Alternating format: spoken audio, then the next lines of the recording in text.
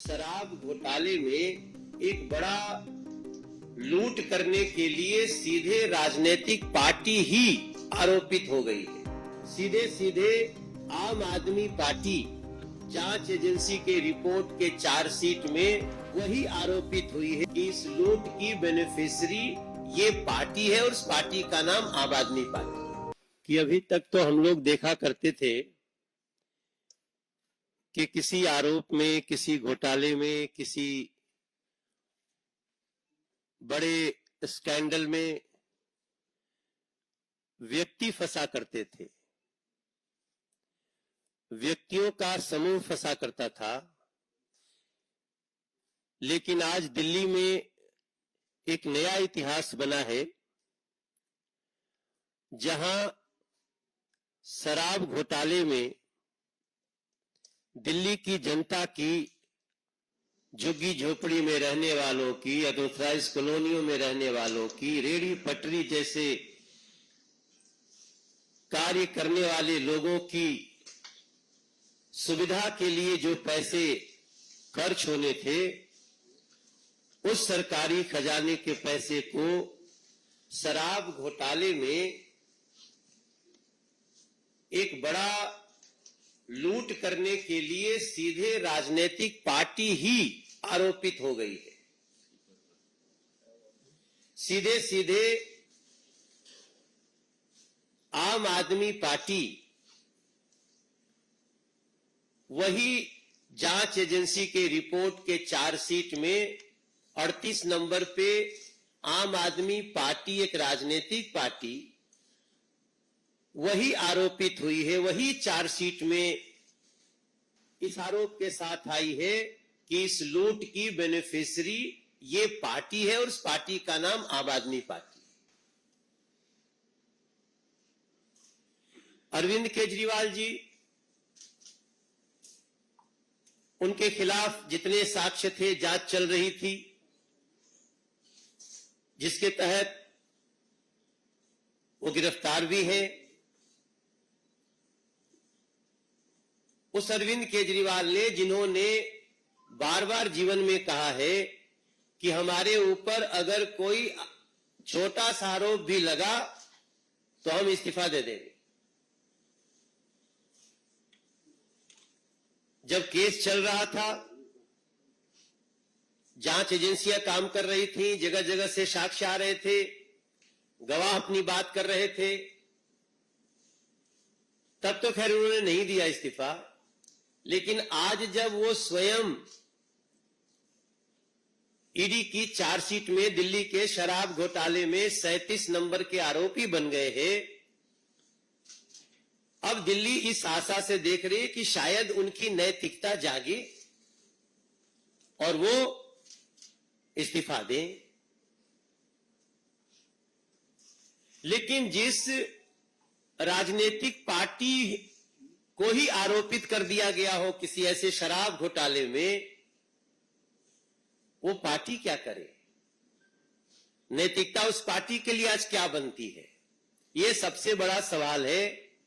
और ये सवाल देश के हर राजनीतिक पंडित के मन में भी होना चाहिए, होगा भी, दिल्ली की जनता के मन में भी है। और हम सब सांसद के रूप में, दिल्ली के सांसद जहां जा रहे हैं, दिल्ली की जनता यही कह रही है कि इनके खिलाफ कार्रवाई होनी चाहिए। अब सवाल यह भी उठता है कि एक राजनीतिक पार्टी, आम आदमी पार्टी, जो आई ही थी करप्शन के खिलाफ एक्शन करने के लिए, उसके जितनी नैतिक बातें, जितनी कागजी बातें, जितनी मैनिफेस्टो की बातें आप अगर आज अध्ययन करते हैं, तो हमें लगता है इस देश में कोई दूसरी पार्टी इतनी नैतिकता की बात करते हुए तो नहीं आई थी जितना आम आदमी पार्टी। मेरा मानना है कि आज इस सवाल का भी जवाब पूछना चाहती है दिल्ली की जनता कि अरविंद केजरीवाल, आपने इस शराब घोटाले के एक बहुत ही महत्वपूर्ण आरोपी विजय नैयर को, उनके संबंध में आपने कहा ये मुझे नहीं, ये आतिशी जी और सौरभ भारद्वाज जी उनको रिपोर्ट करता था। तो आज दिल्ली की जनता एक सवाल करना चाहती है कि आप मुख्यमंत्री थे, विजय नैयर अगर एक सरकारी बंगले में रहता था तो बंगला किसने इसको दिया था? वो जिस बंगले में रहते थे उसकी अलॉटमेंट कैसे हुई थी, इसका जवाब तो एक चिट्ठी लिख करके जेल से दे देना चाहिए। ऐसे में आज मैं दिल्ली की जनता से भी ये प्रार्थना करूंगा, मुझे भी दिल्ली में सांसद के रूप में कार्य करते हुए मैं 11वें वर्ष में प्रवेश कर गया। तीसरी बार दिल्ली ने हमको सांसद बना के खड़ा किया, और जब हम गली में जा रहे हैं तो मैं आज ये भी बताना चाहूंगा कि दिल्ली की जनता को क्या क्या झेलना पड़ रहा है। आपको जान करके दुख होगा कि दिल्ली में 2018 के बाद जो 60 साल का हो रहा है, अब उसका बुजुर्ग पेंशन नहीं मिलता है। दिल्ली में पिछले 10 साल में एक भी किसी गरीब का नया राशन कार्ड नहीं बना है, जबकि लगभग 1,72,000 लोग out of 72 lakh total ration card धारी 72 लाख हैं, इसमें 1,72,000 लोग अभी संसार में नहीं है स्वाभाविक रूप से। उसके बाद भी एक गरीब का राशन कार्ड नहीं बना। और हम जब भी कहीं बैठते हैं जन सुनवाई करने, जब भी हम कहीं बैठते हैं लोगों के बीच में, तो उस उपस्थिति का 30% लोग राशन कार्ड के लिए गरीब चिल्ला रहे होते हैं। आप सबको ये दिल्ली के जनता को जानकारी में रहे कि जो 5 लाख रुपए का फ्री ऑफ कॉस्ट इलाज पूरे देश में 55 करोड़ लोग उसमें इनरोल्ड है, जिसमें लगभग 70 से 74 लाख तक की आबादी दिल्ली की है। उनका नाम निबद्ध है कि अगर आपके घर में माता पिता पति पत्नी और उसके बच्चे, इसको परिवार कहा जाता है उस डेफिनेशन में, उसको 5 लाख रुपए का इलाज मिलेगा। लेकिन वो दिल्ली में रोका हुआ है अरविंद केजरीवाल जी की सरकार ने, और झूठ बोलते हैं। आपको एक और जानकारी दूंगा इस प्रेस कॉन्फ्रेंस में कि गरीबों को घर देने वाला प्रधानमंत्री आवास योजना, जो 4 करोड़ 21 लाख लोगों को पूरे देश में घर दे दिया है, एक केवल कालका जी का उदाहरण छोड़ दीजिए जो डीडीए की जमीन थी और सरकार की योजना से हुई, वरना दिल्ली के एनसीटी इलाके में प्रधानमंत्री आवास योजना बंद है, उसको चालू नहीं किया गया है। तब मैं पूछना चाहता हूं कि आप 10 साल में क्या दिया है आपने 10 साल में दिया तो कुछ नहीं। पानी के लिए भी दिल्ली तरस रही, या तो पानी के लिए तरस रही है या तो पानी के कारण तरस रही है, परेशान हो रही है, तड़प रही है, तरस रही है और तड़प रही है। या तो पानी खत्म हो जाता है या तो पानी भर जाता है, गाड़ी डूब जाती है। तब मैं आज अरविंद केजरीवाल को उनकी नैतिकता की याद दिलाते हुए, कि आप कहते थे ना कि आरोप लगते ही हम इस्तीफा देंगे, अभी आरोपी बन गए, आप चार्जशीट में आरोपी बन गए। तब मैं पूछना चाहता हूं, दिल्ली की जनता आपसे एक्सपेक्ट कर रही है कि क्या अब आपकी पार्टी को सरकार में बने रहने का अधिकार है, क्योंकि आपकी पार्टी भी इस शराब घोटाले में आरोपित हो चुकी है।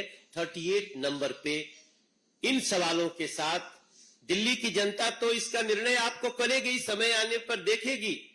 लेकिन इस समय अगर अरविंद केजरीवाल जी चिट्ठी से भी सरकार चला रहे हैं, अगर अरविंद केजरीवाल जी अपने घर में भी किसी को चिट्ठी लिखते हैं, तो कृपया लिख करके बताइए कि इन परिस्थिति में दिल्ली की जनता नैतिकता के रूप में आपसे क्या अपेक्षा करे, ये भारतीय जनता पार्टी चाहती है। क्वेश्चंस? यस।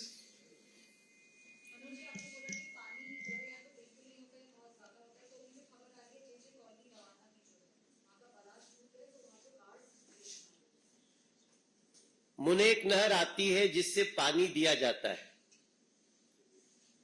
उसकी ये घटना अभी हमारे पास थोड़ी देर पहले में पीसी में आने से पहले पता चला है। तो देखिए, जब किसी भी चीज की मरम्मत नहीं होगी, जब किसी चीज का केयर नहीं होगा, तो इसी तरह का समाचार हमको मिलता है। बहरहाल अभी हम लोग अपने स्तर से इसको क्या कर सकते हैं, लेकिन दिल्ली सरकार को इसमें आगे बढ़ना चाहिए और उसको ठीक करना चाहिए, क्योंकि लोग भी बहुत परेशान हैं। हम इसमें जितना सहयोग कर सकते हैं केंद्र से पूरी करने के लिए आगे बढ़े।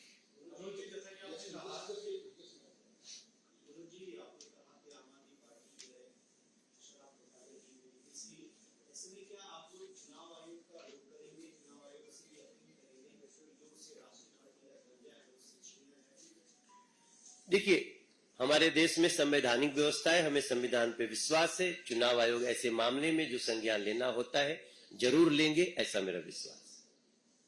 मनोज जी, आपने कहा कि आम आदमी पार्टी आरोपित हो गई है, मुख्यमंत्री का नाम आ गया है, आरोप करते वो पहले इस्तीफा देने की मांग करते थे, लेकिन अब आपकी स्पष्ट मांग क्या है, क्या चाहते हैं? नहीं, हमारी स्पष्ट मांग है कि इनको अपने पद पे बने रहने का अधिकार नहीं है।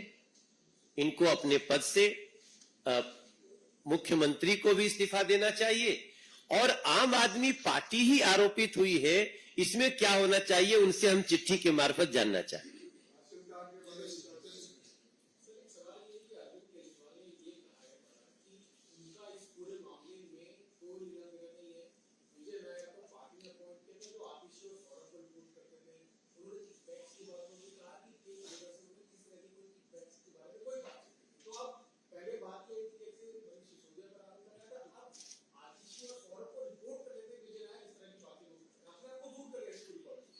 देखिए, 100 करोड़ के मनी लॉन्ड्रिंग के चार्ज के साथ 45 करोड़ रुपए किस प्रकार से दिए गए हैं, इसकी पूरी जानकारी जांच एजेंसी ने दे दी है।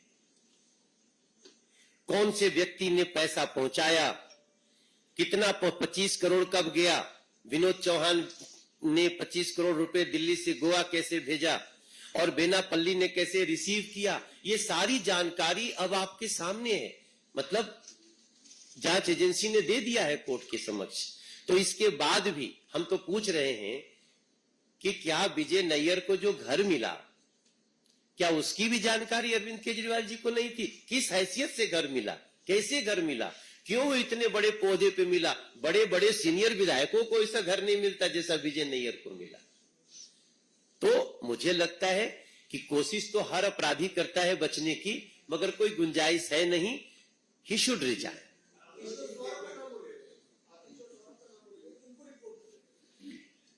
ये झूठ बोल रहे हैं वो, इसलिए झूठ बोल रहे हैं, तभी तो मैं पूछ रहा हूं कि तो क्या विजय नैयर को घर देने की भी जानकारी उनको नहीं थी? वो कैबिनेट स्तर का जो घर है वो उसको दिया हुआ है। उसके बाद भी अरविंद केजरीवाल जी, आप इसको असत्य करने की जो कोशिश कर रहे हैं उसमें पकड़े जा रहे हैं। अब आपको दिल्ली की जनता पहचान चुकी है, आपसे अपेक्षा है कि आप इस्तीफा दें। वो तो कह रहे हैं इस्तीफा तो हम नहीं देंगे, सरकार ऐसी चलती रहेगी, 4 महीने हो गए, आगे और चल जाएगी 1.5 साल।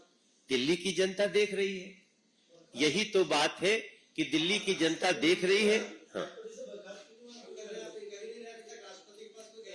नहीं, हम लोग तो बार बार कह रहे हैं जो इस चीज में संवैधानिक प्रक्रियाएं हैं उसका पालन होना चाहिए, उसके आधार पे एक्शन होना चाहिए।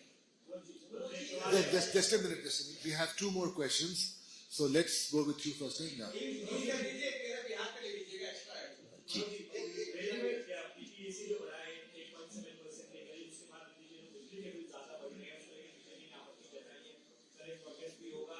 आम आदमी पार्टी की तरफ से बयान आया है कि ये एक सिस्टम रहा है जिसमें डिस्काउंट बढ़ा सकती है, बट डिस्काउंट में ये सीएस पे डायरेक्ट डीआरसी को लेकर लिखा है और अनुमति नहीं दी है बढ़ाने की, तो कैसे देखते हैं? उस पे हमारे प्रदेश अध्यक्ष ने, दिल्ली के प्रदेश अध्यक्ष ने पूरी जानकारी दी है। अभी उस पे हम बाद में बात करेंगे।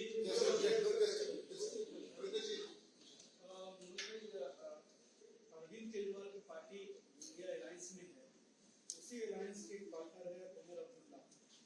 उन्होंने कश्मीर में जो भी वहाँ आतंकवादी घटनाएं घट रही है, सेना के शहीद हो रहे हैं, उस पर भी सवाल उठाया था कि ऐसी हैसियत में नहीं कि हम चुनाव कराएं, अगर कराना है तो चुनाव करा ले, या हम जनता तय कर ले कि उसको किस दिशा में जाना है। अभी थोड़े दिन पहले चुनाव हुए हैं जम्मू कश्मीर में और बहुत बड़े स्तर पे उन सम्मिलित हुए हैं। पूरे दुनिया के लोगों ने उसकी तारीफ की है। बाकी आतंकवाद का खात्मा बहुत नजदीक है। सर सुप्रीम कोर्ट ने अभी कल जो फैसला दिया मुस्लिम महिलाओं के संदर्भ में कि वो जो है तलाक के बाद अपने हक को लेकर के अपने पति से डिमांड कर सकती हैं, उसको लेकर के मुस्लिम धर्मगुरु कई मुस्लिम धर्मगुरु विरोध कर रहे हैं, उसको लेकर के मीटिंग भी बुलाया जा रहा है। कैसे देखते हैं, एक तरफ महिलाओं के हित में इतना बड़ा एक फैसला है और उस पर इस तरीके की प्रतिक्रियाएं जो आ रही हैं। आज हमको इसी पे केंद्रित रहने दीजिए। एक सवाल और किया है, एक बहुत अच्छे से ध्यान नहीं मान रहा है, लेकिन दिल्ली में तो बाबाना वो नहर टूट गई, दिक्कत की बात हो गई दिल्ली में, वहाँ तो राजनीति तो गिर रहे हैं, उनकी भी तो मदद करनी होगी आपको। नहीं नहीं, केंद्र से जो भी मदद मांगेगा पूरी तरह दिया जाएगा। बट पहली बार एक राजनीतिक पार्टी ही आरोपित हो गई। हम सबको इस